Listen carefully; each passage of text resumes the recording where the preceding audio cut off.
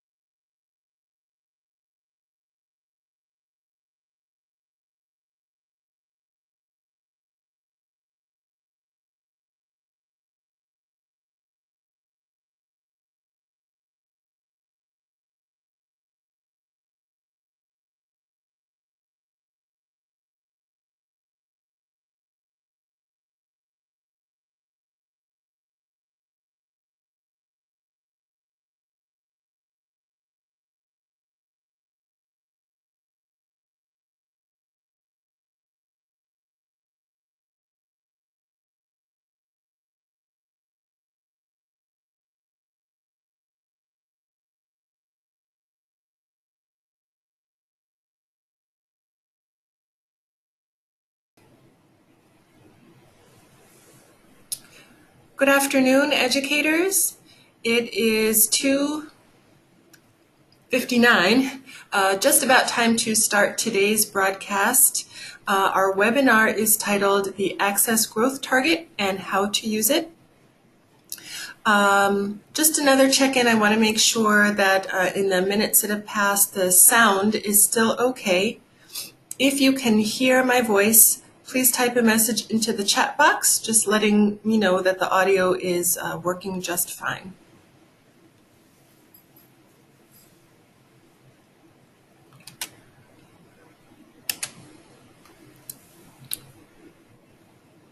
Thanks. So we'll go ahead and get started today. You can use either the question box or the chat box as features to type in comments or questions you have, and we'll monitor the boxes periodically and respond to you when we can. So let's get started.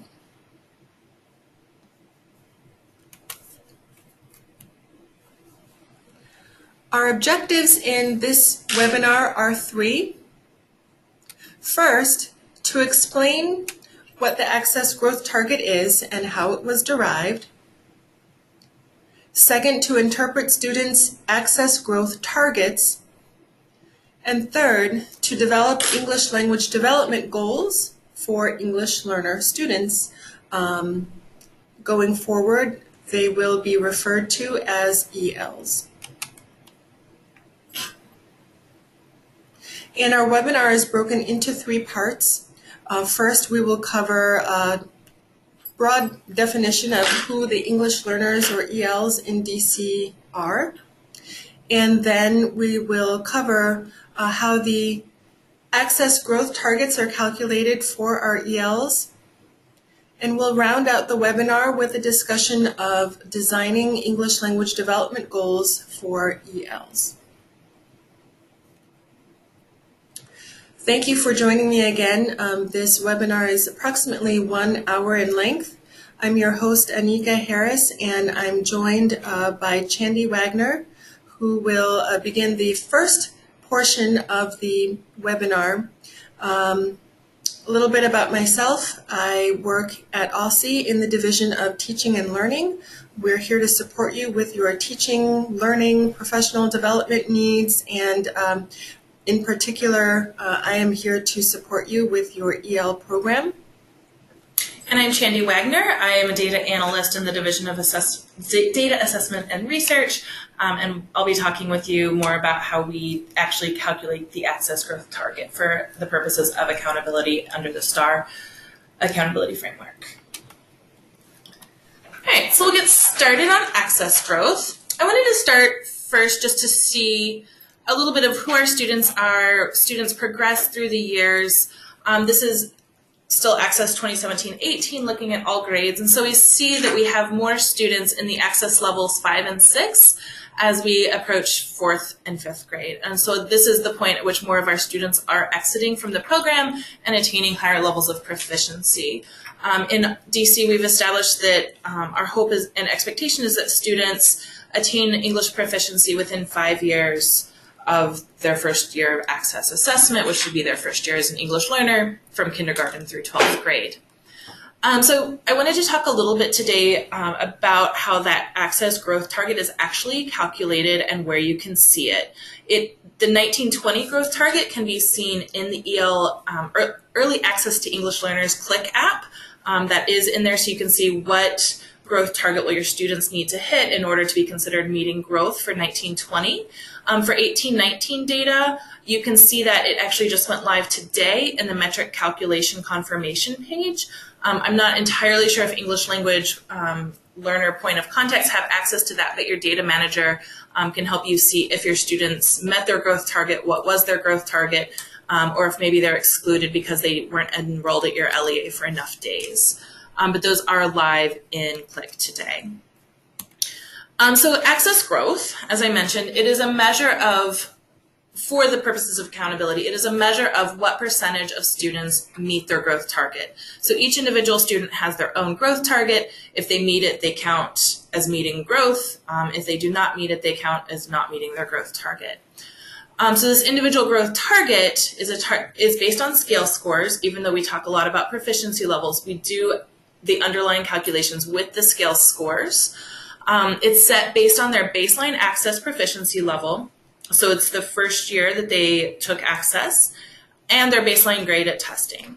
So when I say that, let me bring up a highlighting tool here so I can point to some things for you.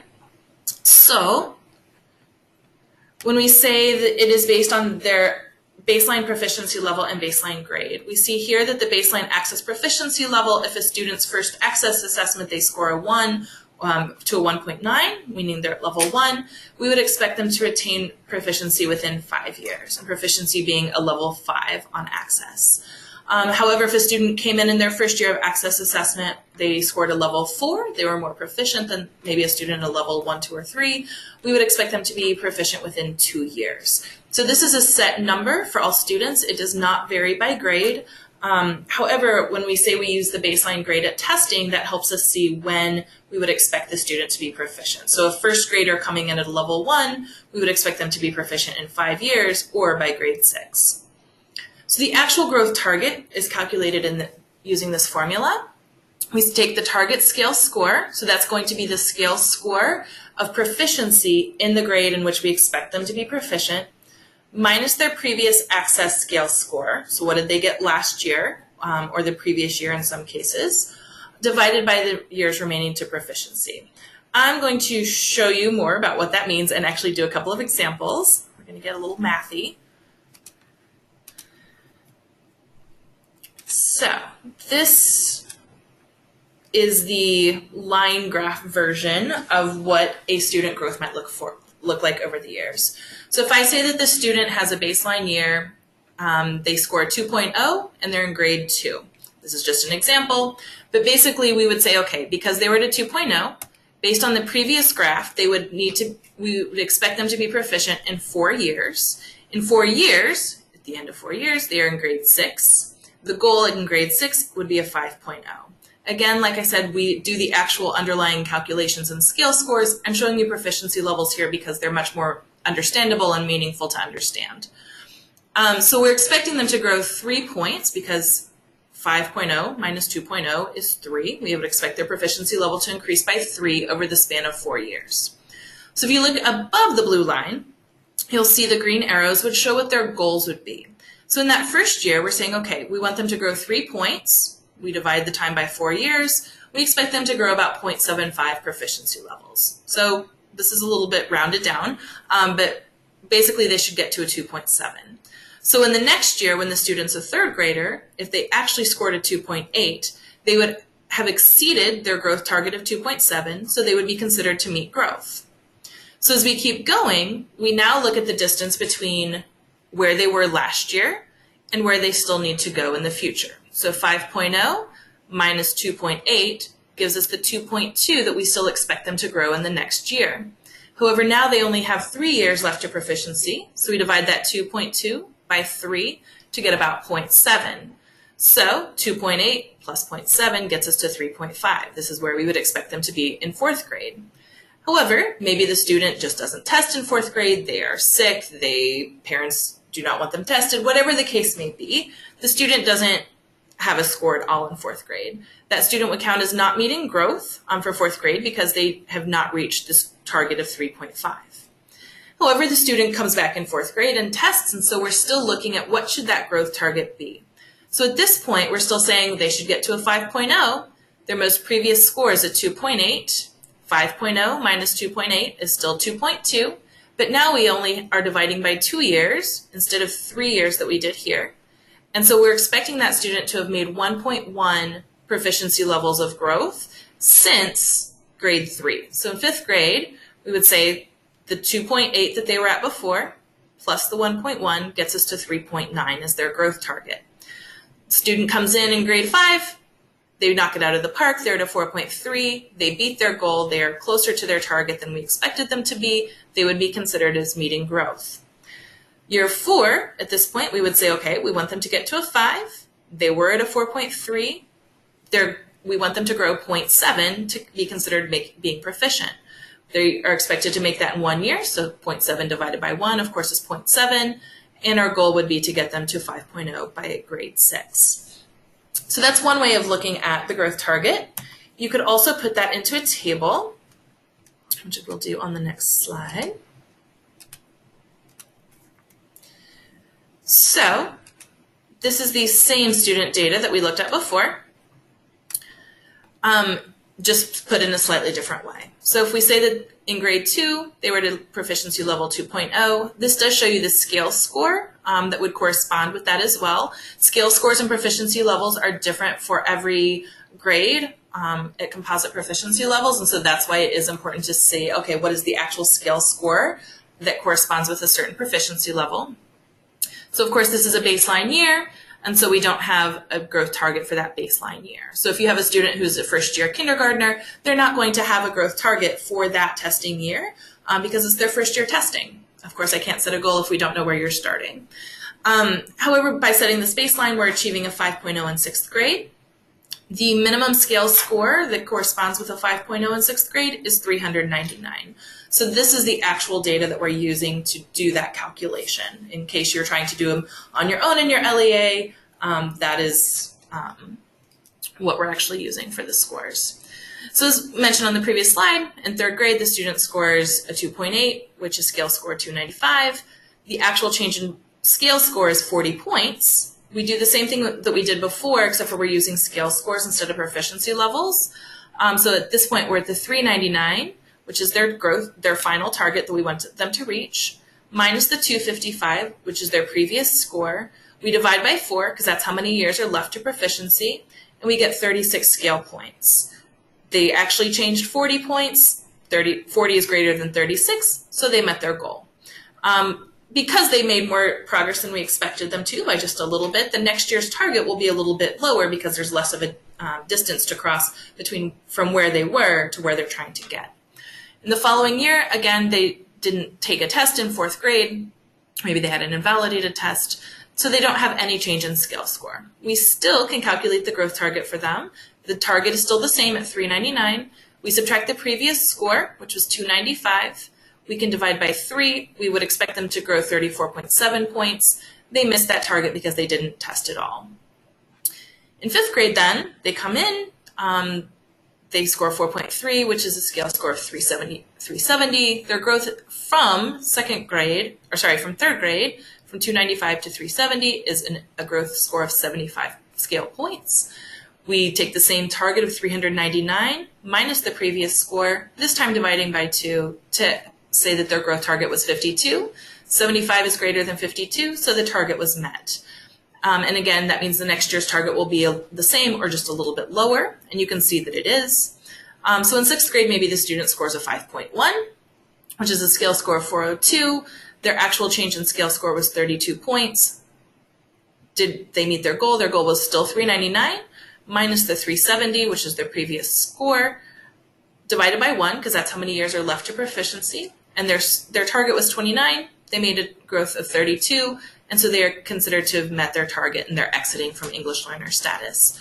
I will flag that anytime a student scores a 5.1 in their 2nd or subsequent years of access assessment, they do count as meeting growth. So even if the student had scored a 5.0 in 5th grade, but maybe the scale score was 395 instead of 399, but it was a proficient score, they would still count as meeting growth.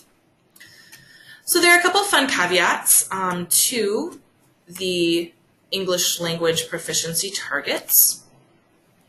And so in this example, it's very similar, but we have a student who changes schools. So the thinking behind this is that the goal of the accountability system is to see the school level inputs that are affecting student outcomes. And that's hard to do if a student is at one school for 3 or 4 years and then they move to the next school and maybe they're behind. They have not been progressing as we would expect them to.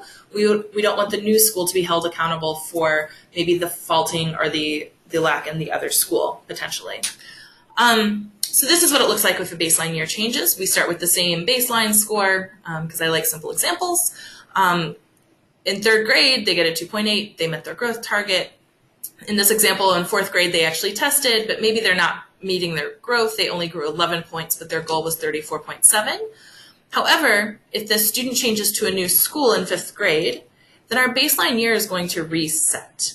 And so at the new school in 5th grade, instead of going back to their 2nd grade score, we're just going to go back to the most recent previous score that was the year before. So we're going to reset and say, okay, what was their 4th grade score? Because that's the last year or the school that they were at with the score that they had right before they came to us. And so we say, okay, they were at a 2.9 last year. I'm going to reset my target score and say, okay, 4th grade plus 4 years to proficiency, because they were still at a level 2, means I'm now expecting them to be proficient in 8th grade instead of 6th grade. The scale score that goes with the 5.0 proficiency level in 8th grade is 412. So if you notice, because 8th grade is a more challenging grade than 6th grade as far as what's expected of 8th graders for speaking, listening, reading, and writing, that scale score is a little bit higher than what it was in 6th grade. But that being said, we've also reset the number of years remaining to proficiency back to 4, even though they were down what would have been 2 here if they had continued at the same school. So with that reset, we see that the goal changes. Instead of the target of 399, the goal target is 412. We can still subtract the previous score, because that's where they were the previous year. We divide by 4, because that's the years remaining to proficiency since that year, and we get a goal of 26.5. The student made a lot of growth. They actually grew 64 scale points, so they met their target. And then that continues to progress with the same new target and the decreasing number of years to proficiency based on the reset year. So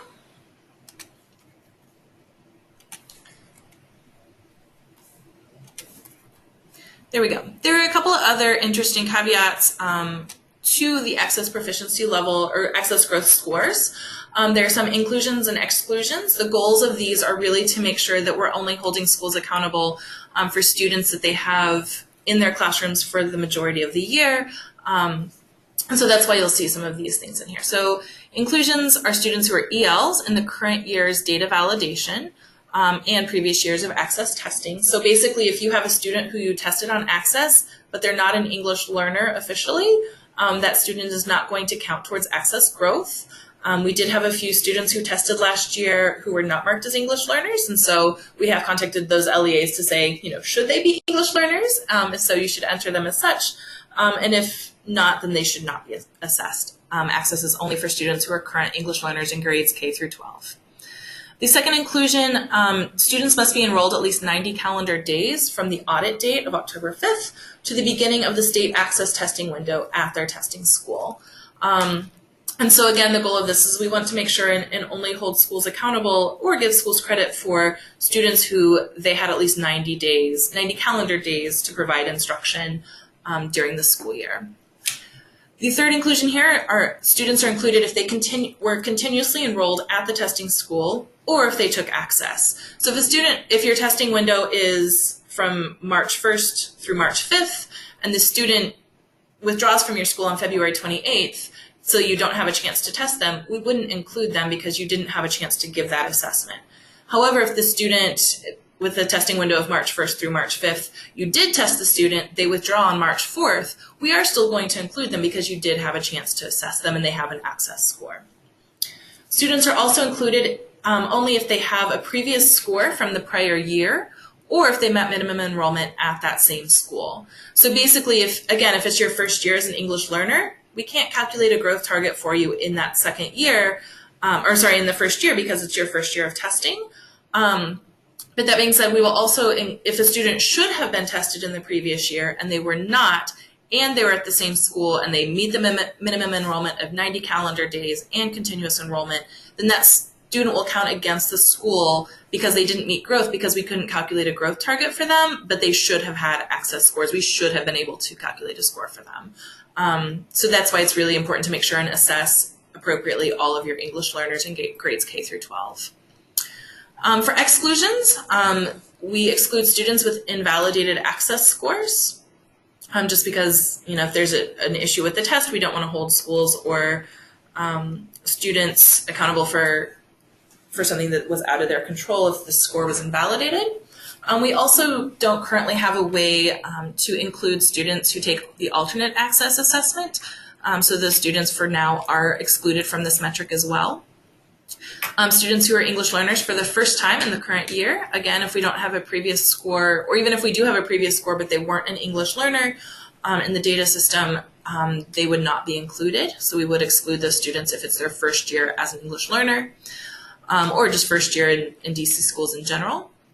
We exclude students who have previously scored a 5.0 or higher on Access. So even if you have a student who you have re-entered as an English learner based on your monitoring, you found that they continue to need those English learner services, we do not include them in the Access growth metrics because there's not really a good way to see how a student should grow after they've already scored proficient. And finally, students who are proficient in their first year of Access testing. So students who are proficient maybe in their first year as a kindergartner are excluded from the metric as well, and they wouldn't have it because it is their first year as an English learner. So that matches, or first year as an English learner who takes Access, and so that matches a little bit some of this previous exclusion. So as I mentioned previously, you can see which students are included and excluded, as well as the exclusion reason, if applicable, in the metric calculation confirmation in Qlik, and that just went live today. I think it'll be there for the next 4 to 6 weeks, but definitely talk with your data manager to see that data, and they can download it for you into an Excel spreadsheet. A couple of other data notes, in case you're trying to calculate your own growth targets at home.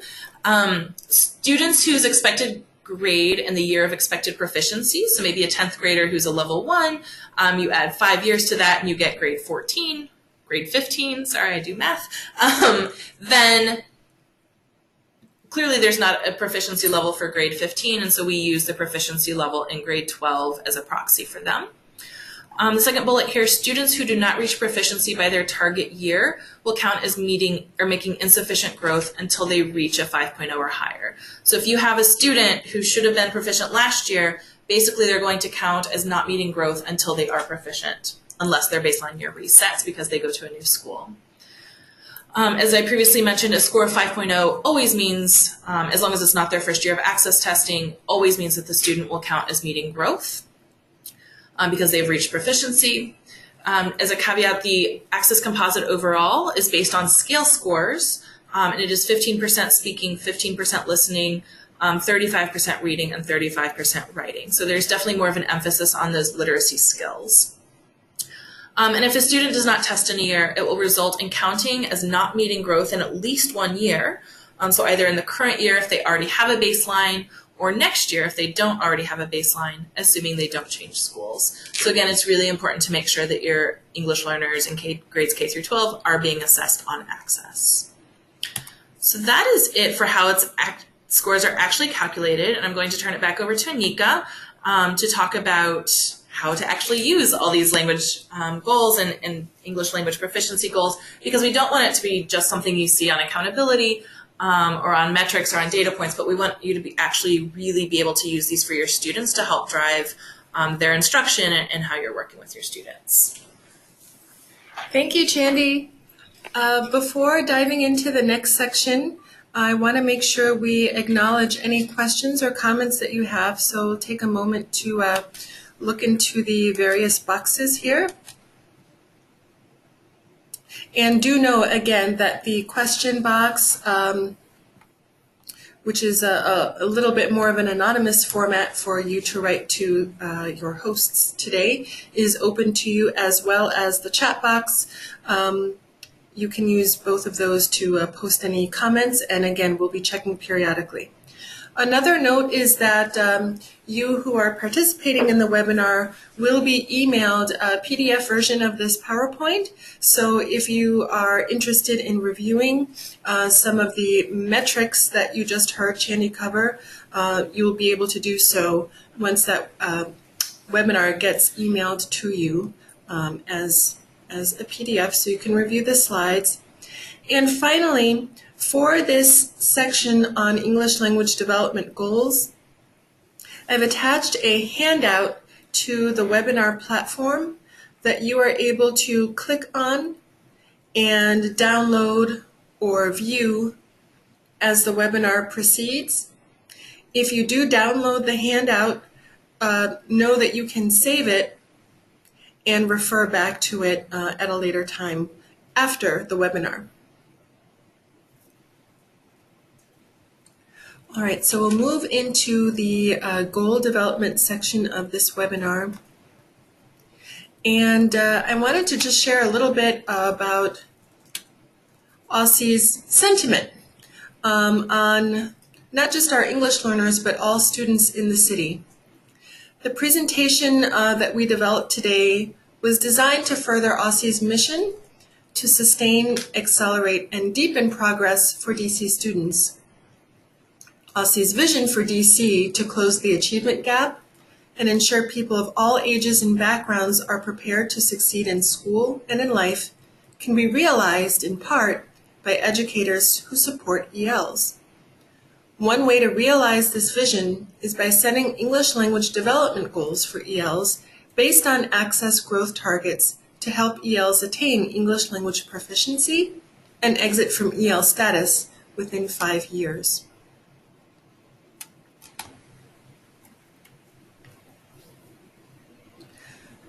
Now to goal setting.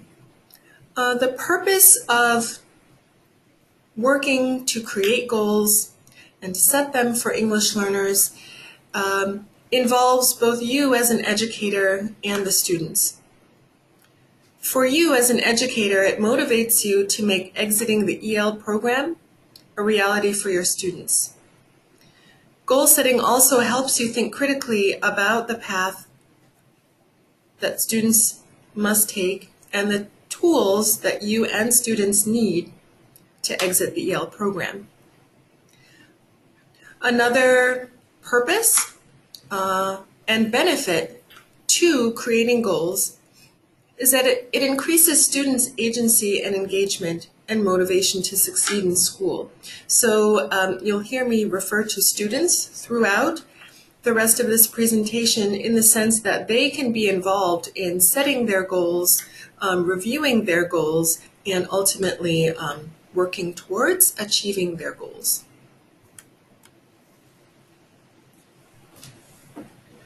You as an educator have the ability to set English language development goals to help your ELs meet their individual English language proficiency growth targets or access growth targets.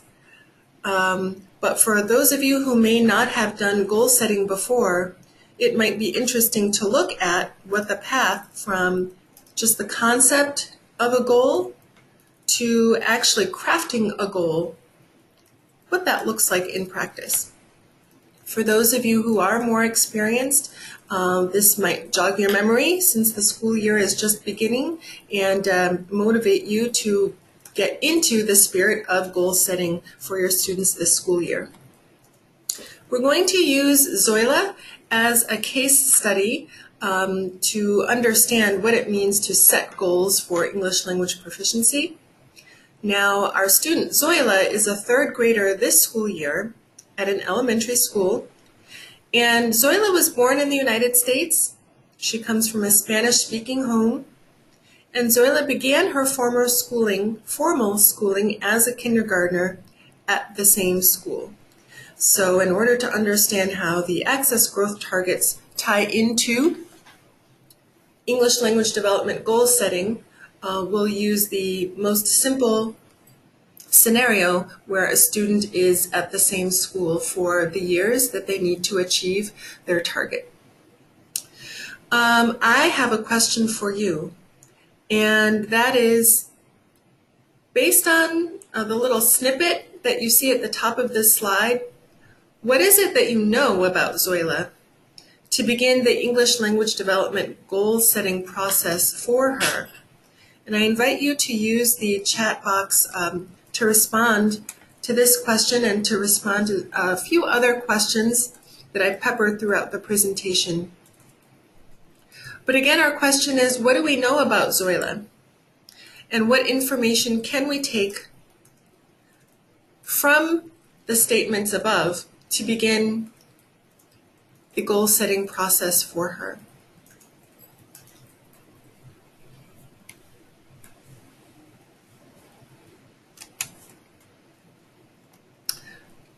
All right. We need more information. We have some basic information, but we probably need more information to be successful in setting these goals for Zoila.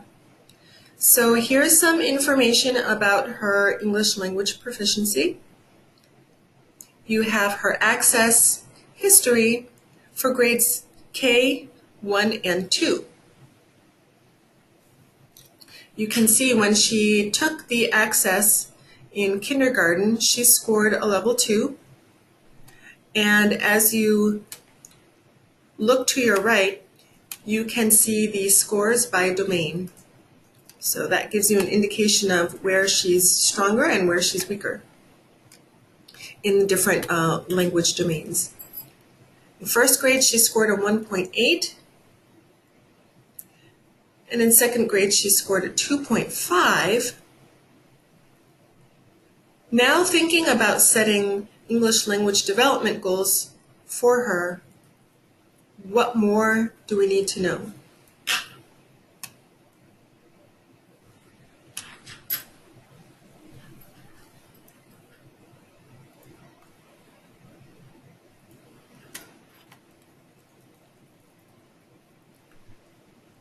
One piece of information that would be super handy would be her access growth target.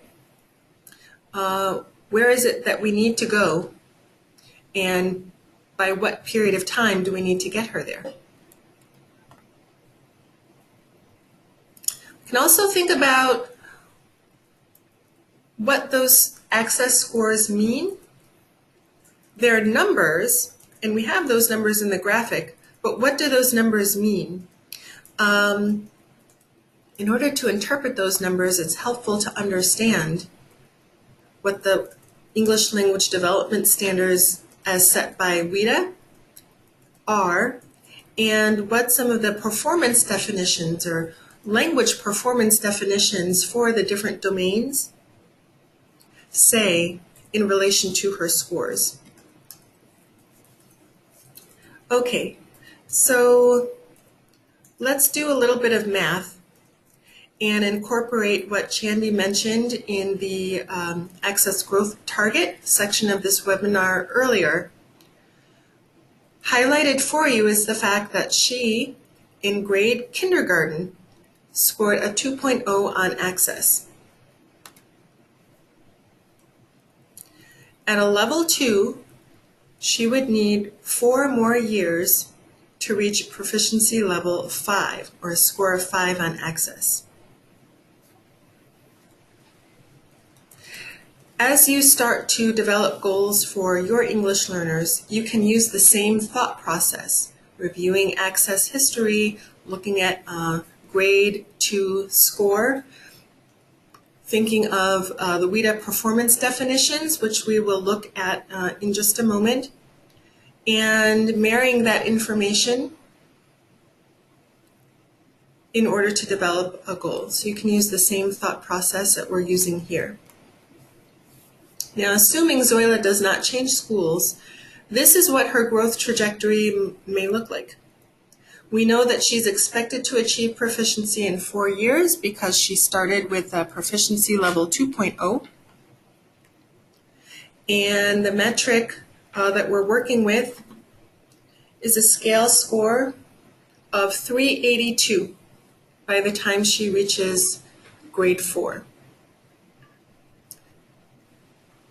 So her target scale score is now evident.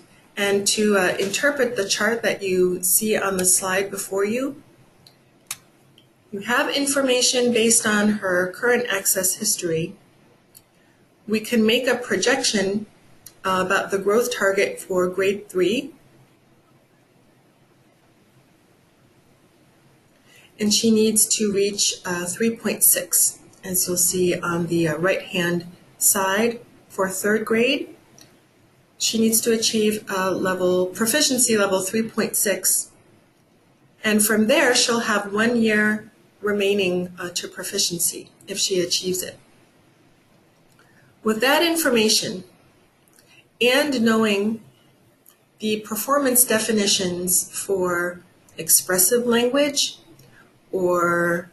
and receptive language, you can start to piece together steps to help her get from where she is right now to achieving her ultimate goal of exiting the program and being proficient in English.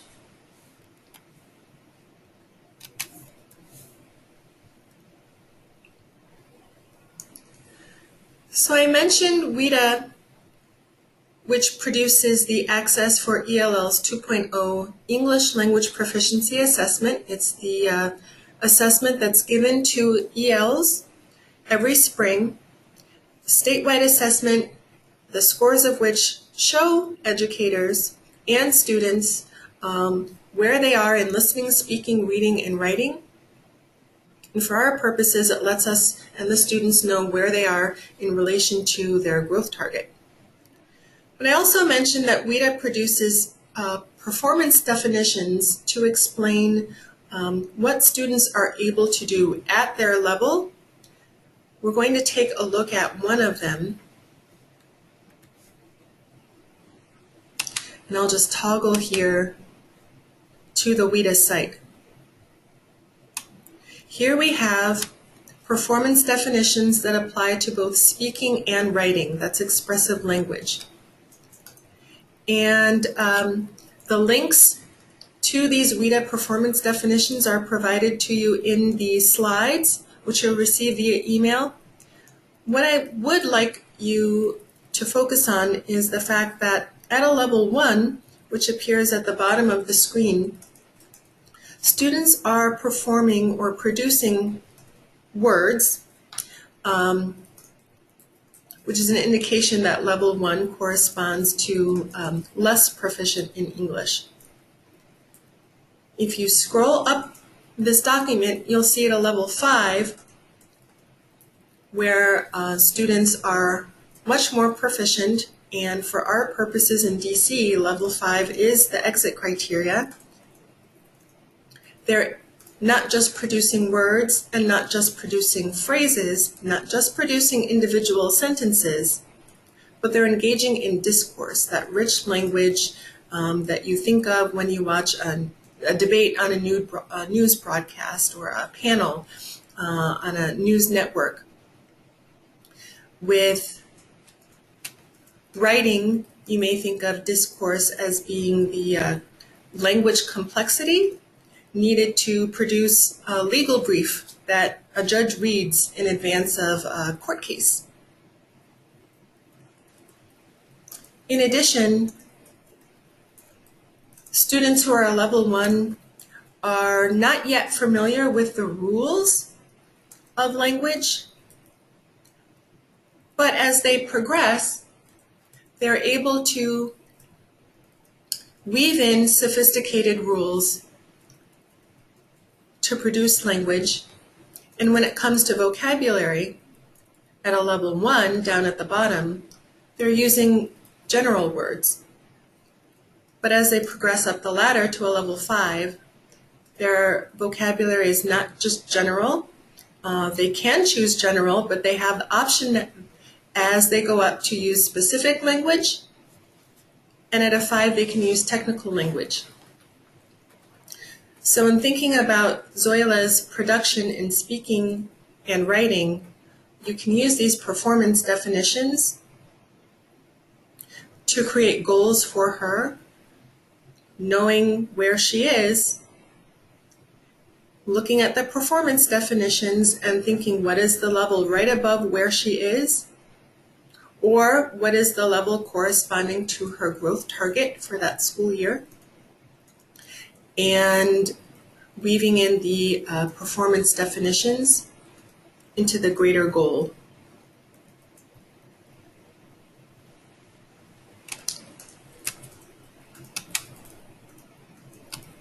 And for the purposes of sharing, WIDA also makes performance definitions for receptive language, otherwise known as listening and reading domains. And those performance definitions are similarly organized. So let's go back to our thought process and think about how is it we're going to write a goal, just one goal to start. We know that Zoila's goal is to meet her access growth target of 3.6 when she takes access in the spring of her third grade year. That's the overarching goal. Knowing the overarching goal gives you a sense of where you and the student need to go. But there are mini goals or sub-goals that have to be realized in order to reach that overarching goal.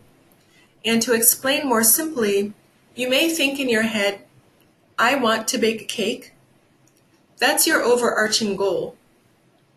But there are sub-goals, little steps that need to be acted on and achieved in order for you to get to my cake is baked, right, the very end. Similarly, we can conceive of what Zoila needs to do by thinking of the future. And here's a statement at the top of this graphic. Zoila will meet her access growth target of 3.6 on third grade access. When she realizes that overarching goal, we're in the present moment with a statement written in the present. Zoila scores 3.6 or higher on third grade access. So we know the overarching goal for Zoila. As an educator, you can develop an individualized plan of English language development for Zoila's third grade year. The plan can include those sub-goals or intermediate goals for each of the 4 language domains, because Access does test on listening, speaking, reading, and writing. I invite you to look at your handout. You can open it through the GoToWebinar platform and see a sample of a plan that has space to craft goals for listening, speaking, reading, and writing. In this webinar, we will restrict ourselves to the listening domain as we work to craft a goal for Zoila.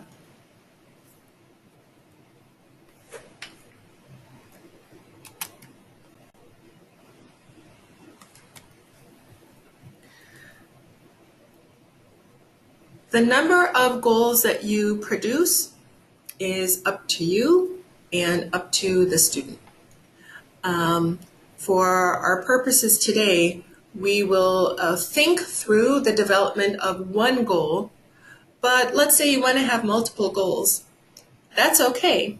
Let's say you want to have one goal for each domain. That's okay if it meets the needs of your student at that moment. So by presenting here in this graphic 3 goals for listening, 3 goals for speaking, 3 for reading, and 3 for writing, this is just for the purposes of presenting an example to you, but by no means an indication of what you must do. So know that as we go forward. Let's set one goal for Zoila in listening.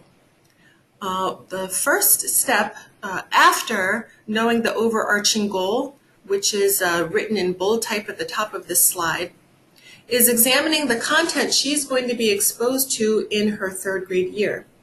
So here we pulled out English language arts, that's the content, and you can look at the standards that academic classroom teachers or general education teachers are going to be presenting to the student. If your student is served in a special education setting, then also know the standards that the teachers with that student are using. Here we pulled out the Common Core State Standards for writing number 5 in third grade, and it says, with guidance and support from peers and adults, students develop and strengthen writing as needed by planning, revising, and editing. So we keep that in mind and put it together with the performance definition that we looked at from WIDA. What can Zoila do at a level 3? in listening. And if her growth target is the 3.6, what else is it that we could possibly do within this standard and within listening to get her to a 3.6 or higher? One simple way to incorporate the content standards and the language standards is to look at a WIDA can-do descriptor for Zoila's grade, and those are produced for you in the boxes below. We can see what she can do now at a level 3 and what she will be able to do at a level 4. So if her growth target is 3.6, we're sort of looking at getting her in between a level 3 and a level 4. Remember, we're thinking of just one goal, and that's a listening goal. So we've pulled out the WIDA can-do descriptor for level 3, specific to receptive language or listening. At a level 3, she can process arguments by identifying different points of view in short oral dialogues. We can also see how what she can do at a level 4 becomes more complex. She would be able to process arguments by identifying opposite sides of arguments in dialogues, not just short oral dialogues, but in dialogues.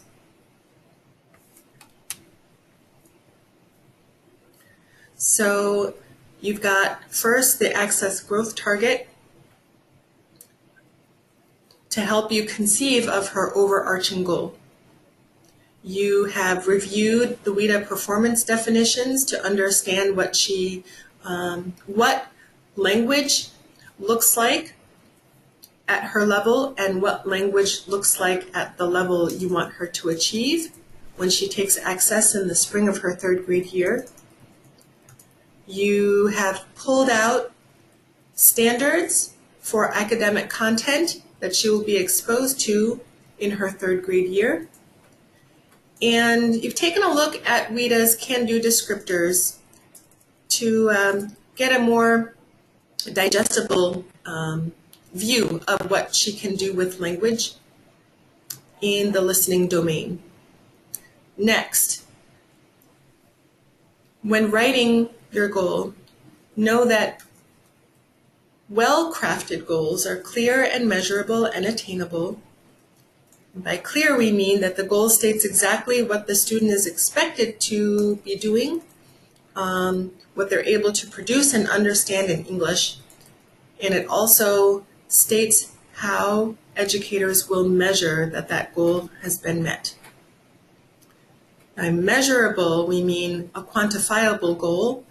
And for those of you who have been exposed to goals, either reading them or creating them, you may know that percentages are one of the easier ways of producing a quantifiable goal or writing the numbers of opportunities that the student will have to demonstrate mastery of that goal.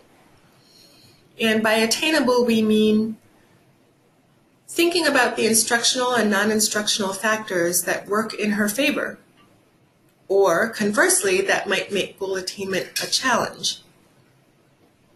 Once you've thought of that, you find your happy medium and craft something that's attainable within the period of time that Zoila has to reach her measurable, clear goal.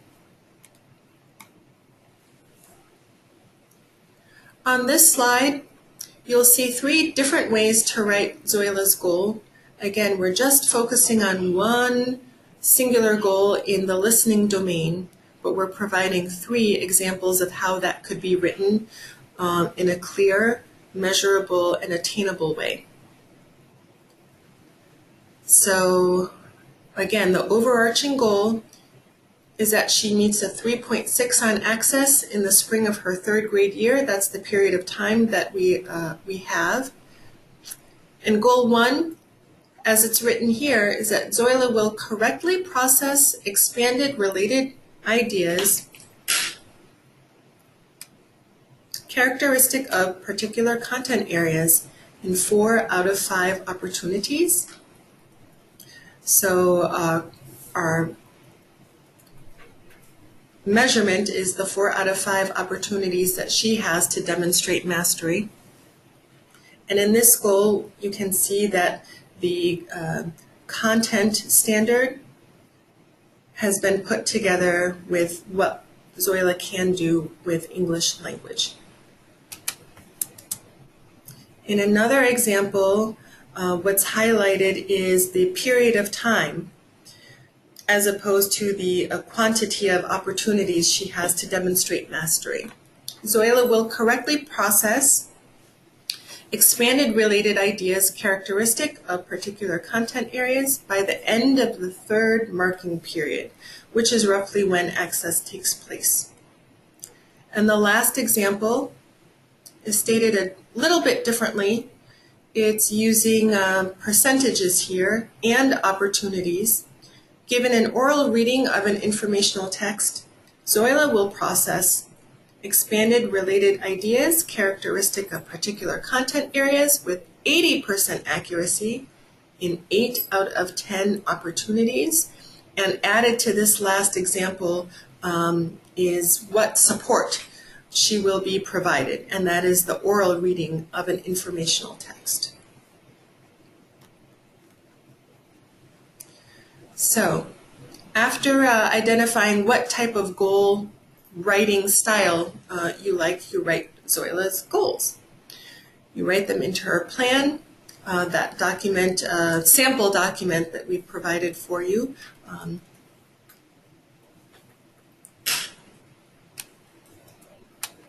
And then take a very close look again at what's happening in the content areas, knowing that access is an assessment that is, yes, testing English language development, but it's rooted in content.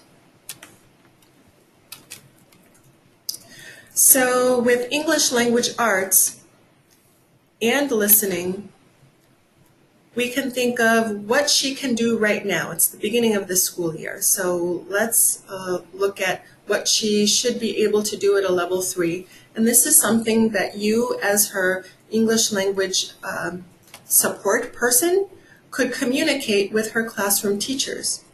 And the example in English language arts is a language objective here in the green box that can be woven right into the teacher's lesson plan. Zoila will be able to state why the early explorers adapted to the mid-Atlantic physical environment from the point of view of early explorers and Native Americans after listening to a short role play about how physical systems affect human systems with the support of gestures, a physical map, and guiding questions.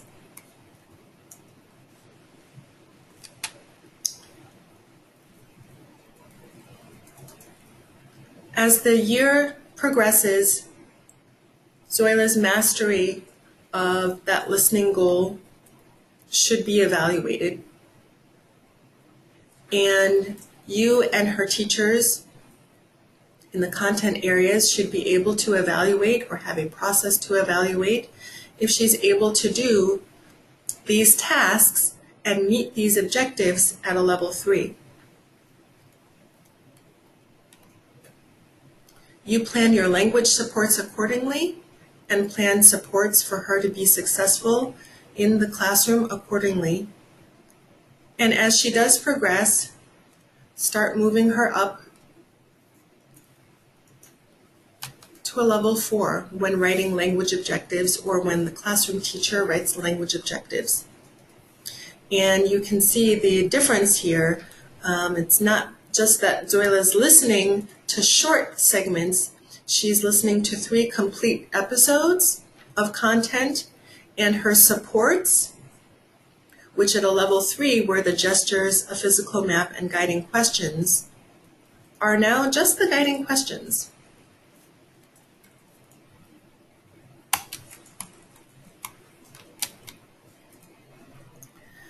Okay. If you are baking a cake, that's your overarching goal, you want to bake a cake. If the steps you take lead you to get a cake that is baked faster. Let's say you've got an electric oven and you're used to using a gas oven. Electric tends to cook a little bit faster than gas. What do? As you reach your overarching goal, you're probably going to do something like turn the heat down on the oven, right? You take some action. Or you pull the cake out of the oven and you enjoy it earlier than you anticipated. But the point is that you do take some actions if you're derailed or if you look like you're going to reach your goal faster. And with students, the same thing can happen. You can develop goals and there is a factor that perhaps you did not solve for when writing that goal that leads them to reach the goal a little bit faster than anticipated, or that derails the student.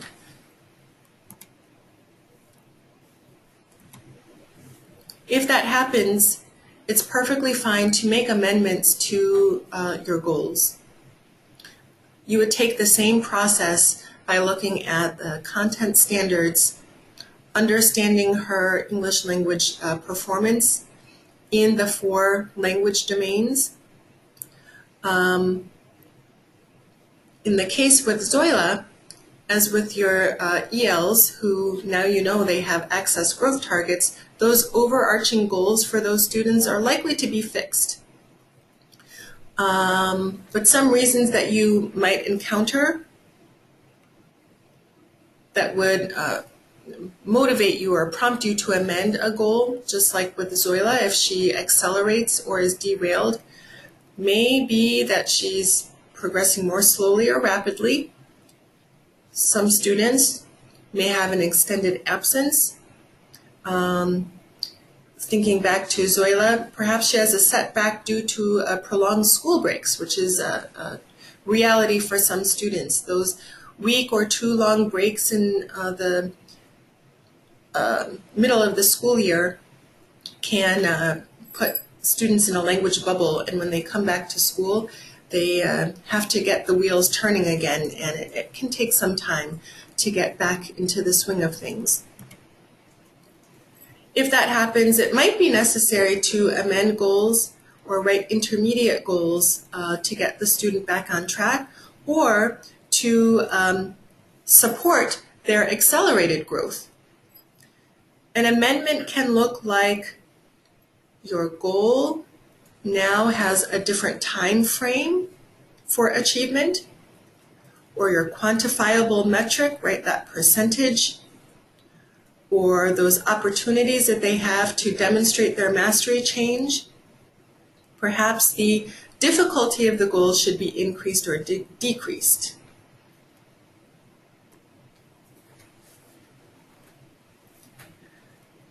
We invite you now to ask any questions you may have about either understanding how growth targets are developed, developing English language proficiency goals, or using both the targets and the goals for instructional purposes in the time remaining. Please know that there are resources available for you.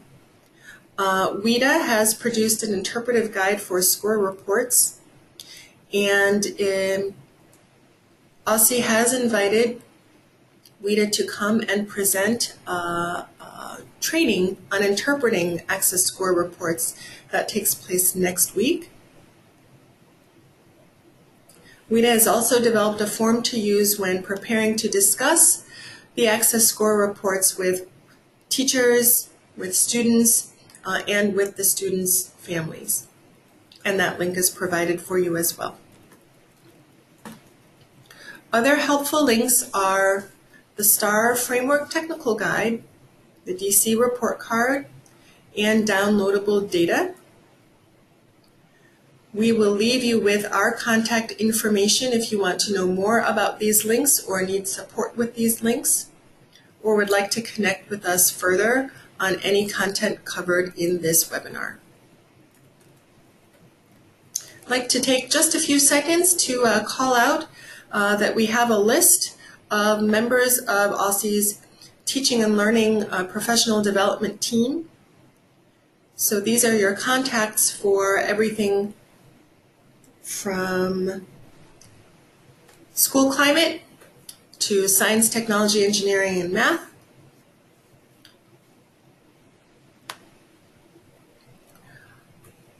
The professional development team does have upcoming trainings that are open for registration right now. And to see those trainings, you would look to the link in the top yellow box to see ALSE's events. Our teaching and learning page, which is the second box, lets you know a little bit more about what we do and how we can support you.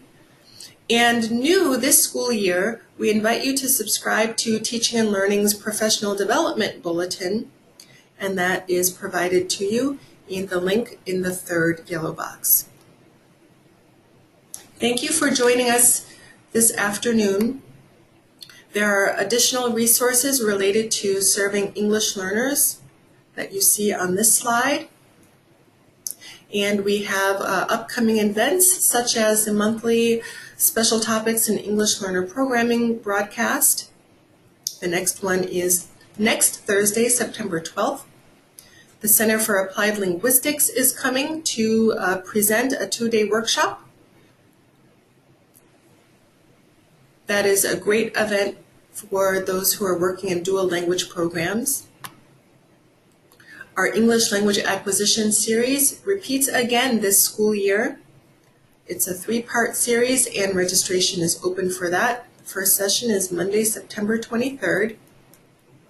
We are also hosting a number of events, as you can see. And once the slides are emailed to you, you will be able to get the registration links. Click, learn more about our sessions for those new to teaching English learners, and also sessions for those who want to know about supporting students in the 4 language domains.